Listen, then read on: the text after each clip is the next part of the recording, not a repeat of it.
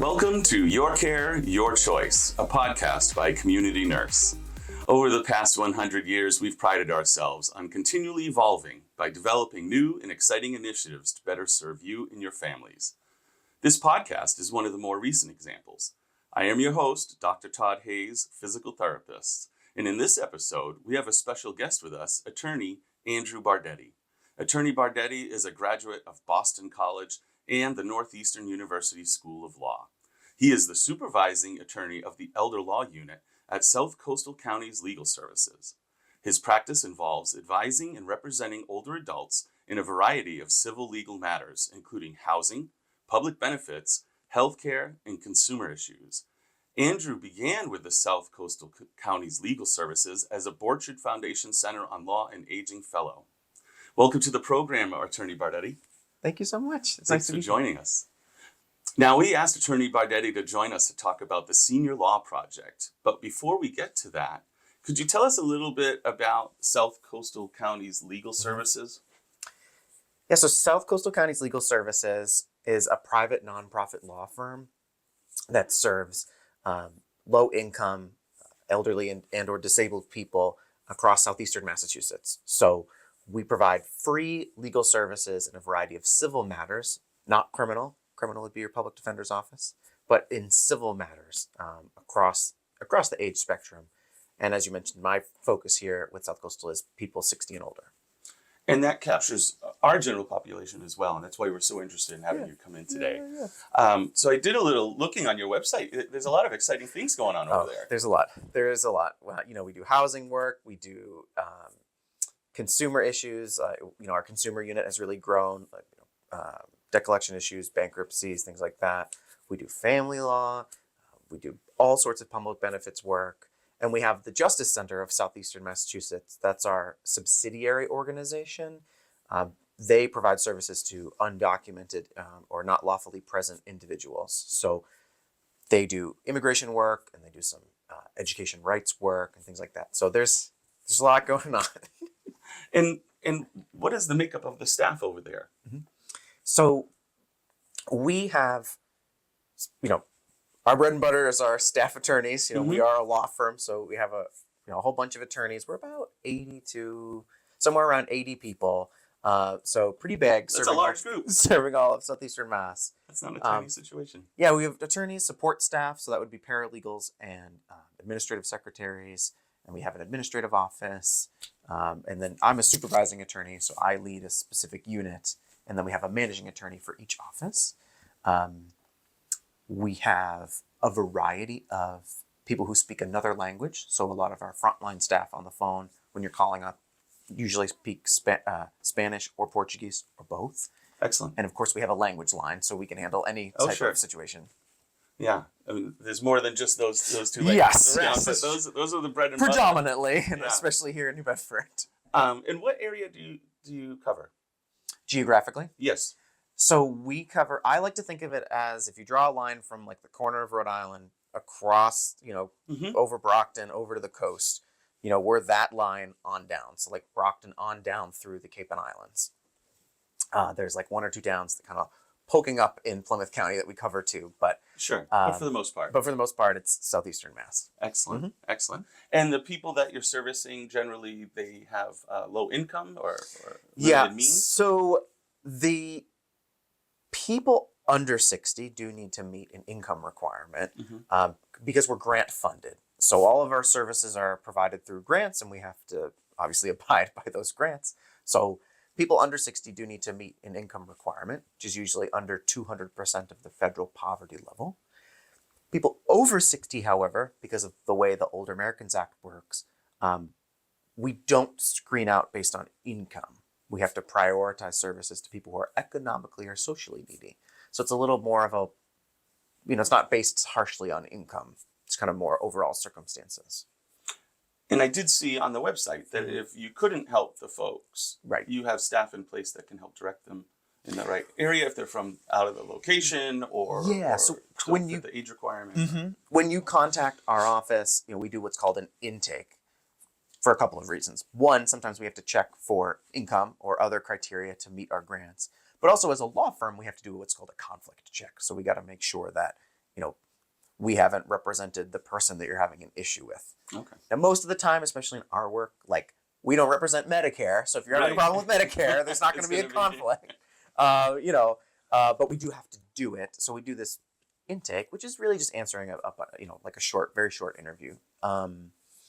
From there, you're assigned to an advocate.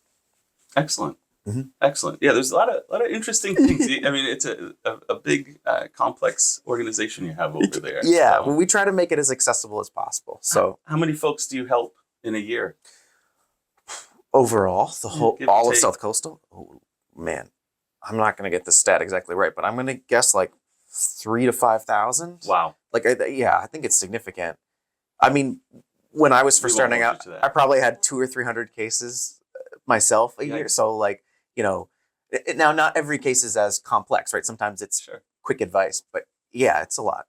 That's excellent. That's awesome. Yeah. So tell me a little bit about the Senior Law Project. Sure. How did you get started working with this? So I started, as you mentioned in my introduction, I started on a fellowship, and my fellowship, meaning that the Borchardt Foundation covered my salary for the year to provide services on a particular project. And I was based here in New Bedford, and I served older adults who were experiencing some form of elder abuse. And that's really how I started.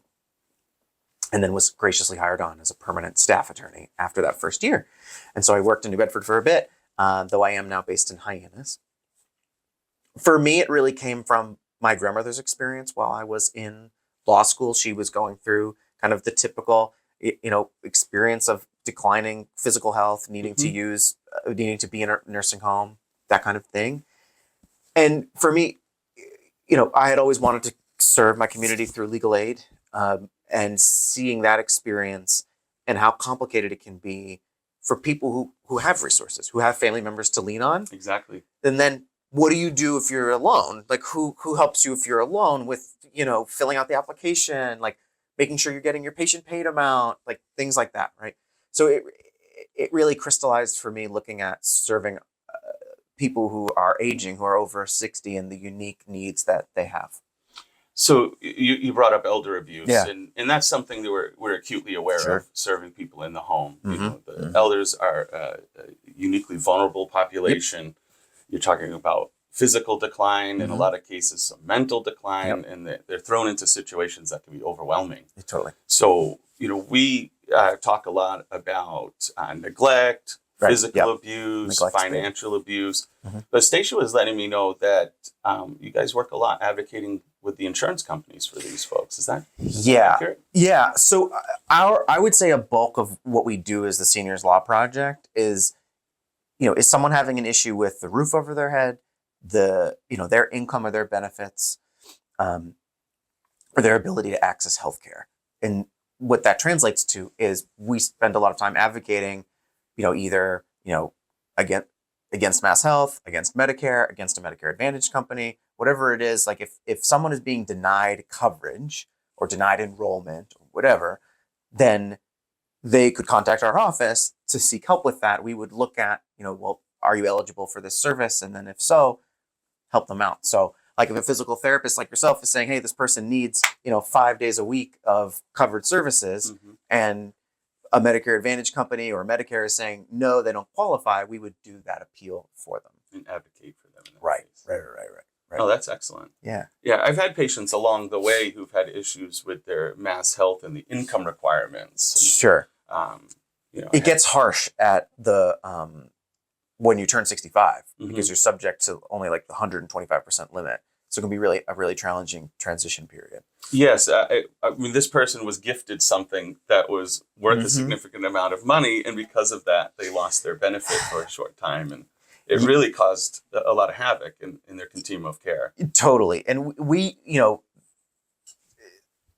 that person could have contacted, or, if someone else is in a similar situation, they could contact our office and we could look at that. And it doesn't mean that we're like always going on appeal with Mass Health. It might just be calling, Mass Health General Counsel and saying, look, this person like has high care needs, they have a feeding tube, they have all these things, whatever it might be. And if they have an interruption of continuum of care, it's going to be devastating. So what can we do to make sure this moves as fast as possible? It is is sad and frustrating sometimes to know that if you just provide the proper information and sometimes in just the right way, things will go a lot more smoothly. Yeah. But it takes someone to guide you through that process. I think we really benefit by having in addition to our staff attorneys, we have 2 paralegal advocates on staff. And the other thing I notice really is that folks, especially folks in the home, who have high care needs, there's so much going on. There's so much to keep track of. There's people, you got like 7 different providers, maybe your food stamps are also a problem. Maybe the rent didn't get paid. Like you're dealing with a lot of different issues at once, and it can be very overwhelming. And so sometimes, again, we play that role of just being able to help people like submit the right form. We had a recent client of mine who his Mass Health was going to be turned off. They just needed proof of his registration. And he just like didn't know what form to use. And didn't have access to a fax machine, And so that's why it's nice that we have, different advocates that we can assign to different situations, So our attorneys are there to really do like fair hearings and further appeals and really like the complex legal issues. And we have paralegal advocates who are well versed in the law, but can handle, sending the form in or helping them file the appeal. Because to your point, sometimes people just need a hand. Like it's not enough to just say, you have a right to appeal. Right. Good luck. Yeah. Enjoy the path. Yeah. Well, I mean, working with folks, just recently I had a gentleman on workman's comp. He worked for the government. Okay. And needed to file certain forms by certain dates. Sure. And they found it quite frustrating. Yeah. Just trying to get on the phone and get the right person on the phone to tell them exactly what they needed to do. Right. Right. Because a lot of these things are time sensitive. Totally. And even if it's just a delay in your reimbursement, very few people have that kind of resource set aside that they can handle, thousands and thousands of dollars just waiting. Right.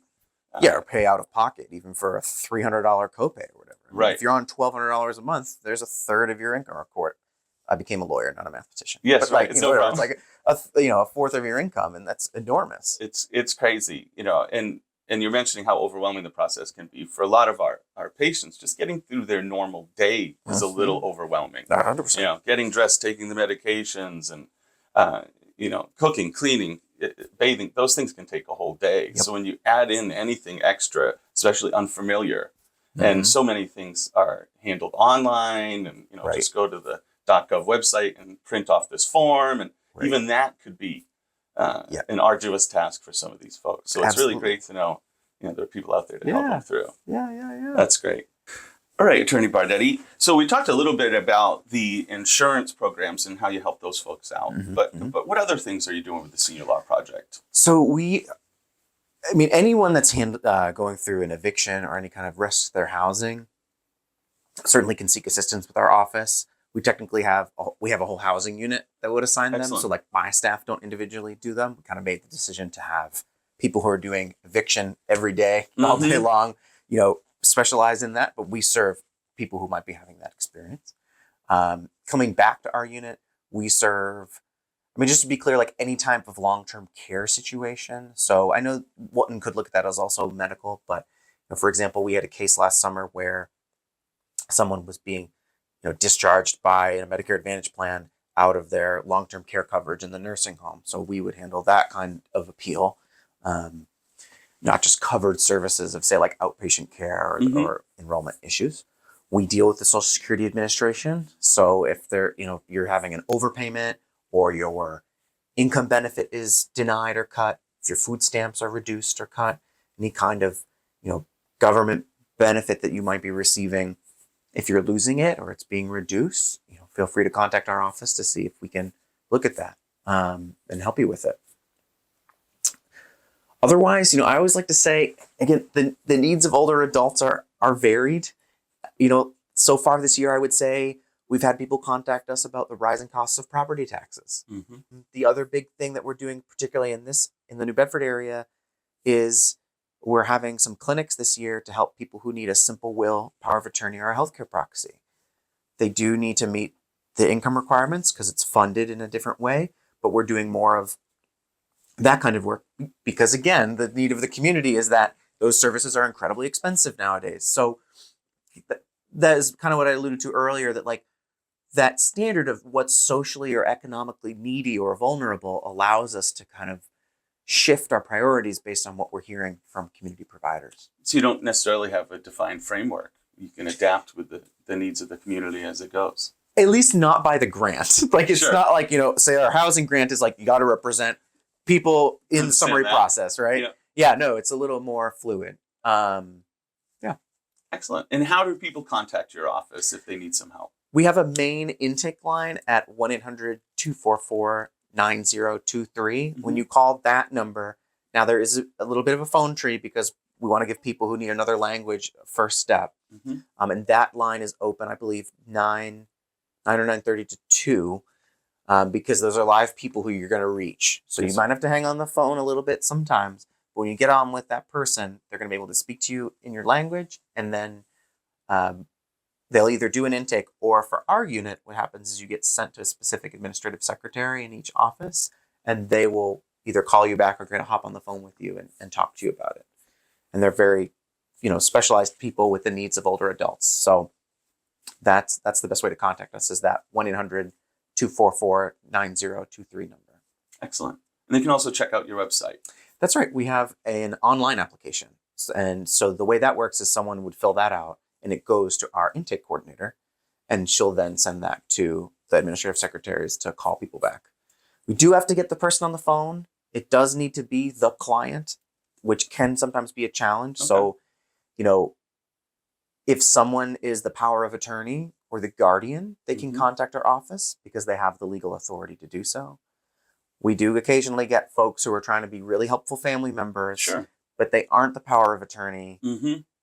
Mom or dad has lost capacity, and that's really tricky. We can't, the client has to have capacity to retain our office. Okay. So that is just something for folks to know. But my philosophy is, when in doubt, just give us a call. Excellent. So if you're helping mom and dad out, just make sure they're sitting next to you when you call the office, so that they can be there to answer questions.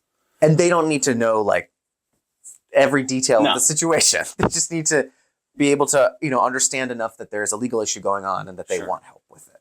And the website is SCCLS.org. Yep. Right? You got it. Excellent. You got it. Excellent. So you can check that out as well. Totally. So just to review real quick, with the Senior Law Project, we're talking about elders over 60. Yep. Right. Income requirement is not necessarily necessary. Correct. Yeah, you don't need to. Don't worry about it. I would say just give us a call. Okay. And who are the people you cannot service?